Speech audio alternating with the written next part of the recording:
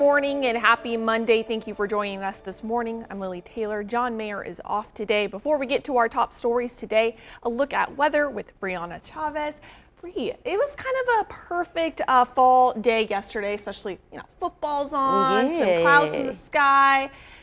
Not gonna be seeing that for much longer though. Yeah, I mean, we really continue to ride out. It's that time of year where we get a day or two of some wet weather, then we clear it on out, and we continue to ride that out through the first half of this work week. I mean, we see a little bit of reduced visibility for some areas as that moisture kind of lingers around. We've got some low level clouds, but quite frankly, the temperatures is the biggest change you may be feeling out there. Finally starting to see some 40s during the early morning hours. And well, maybe if you're not a fan of the 40s, well, just bundle up a little extra tight because we're cooling it down by about 10 to 15 degrees along some areas in that I-5 corridor and throughout the eastern side of the Cascade. So just keep in mind, we continue to see that push for some much cooler conditions.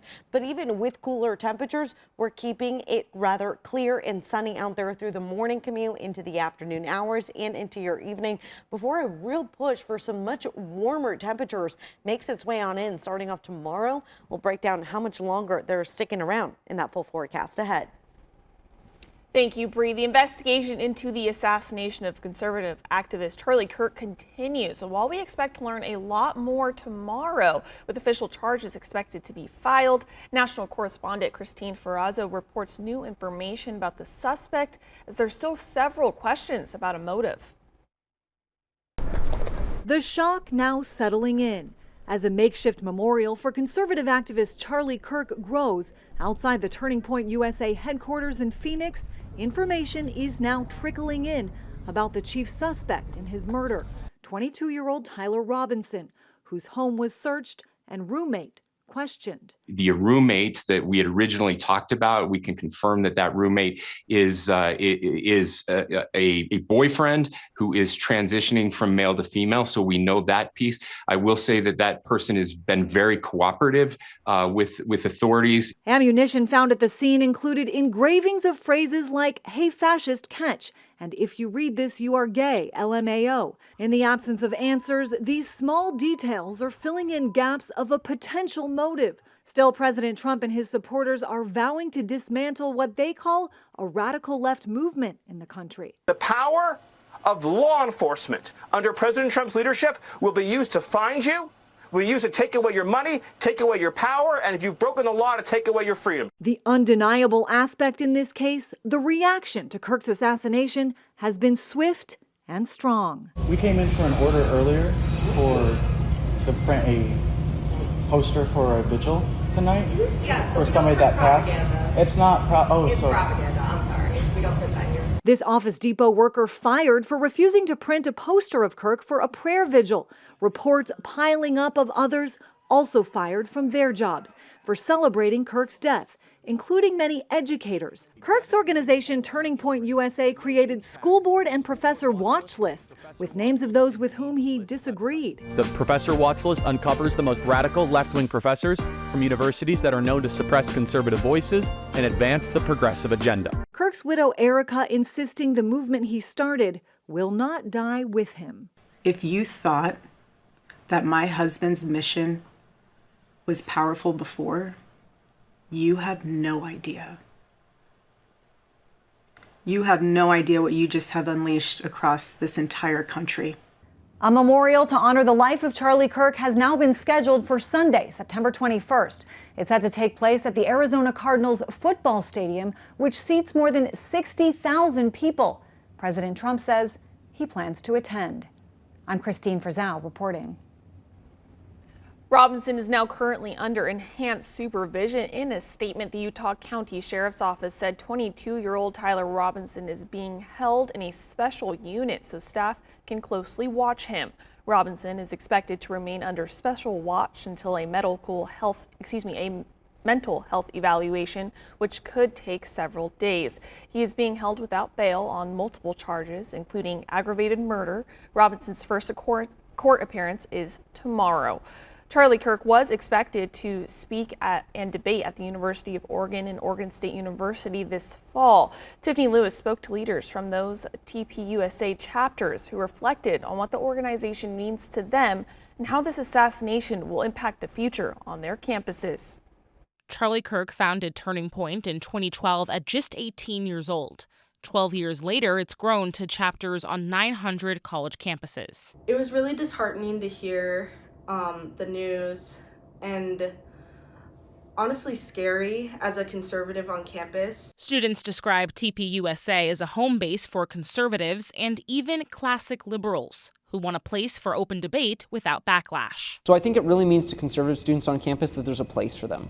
A lot of times it feels like whether in your classes with a liberal professor, there's no place for you. On Saturday, at least 1,000 people mourned Kirk with a prayer vigil at Alton Baker Park before marching to Hayward Field. I feel like I don't have freedom of speech on that campus, and I feel like this will get other people on campus that are conservatives to also want to be a part of this movement where it's like, okay, now I have a place where I can go and share my opinions freely. UO and OSU chapters were quietly preparing to host Kirk's Prove Me Wrong debate event in October. We were keeping things very on the down low, very confidential, because to prevent things like this happening.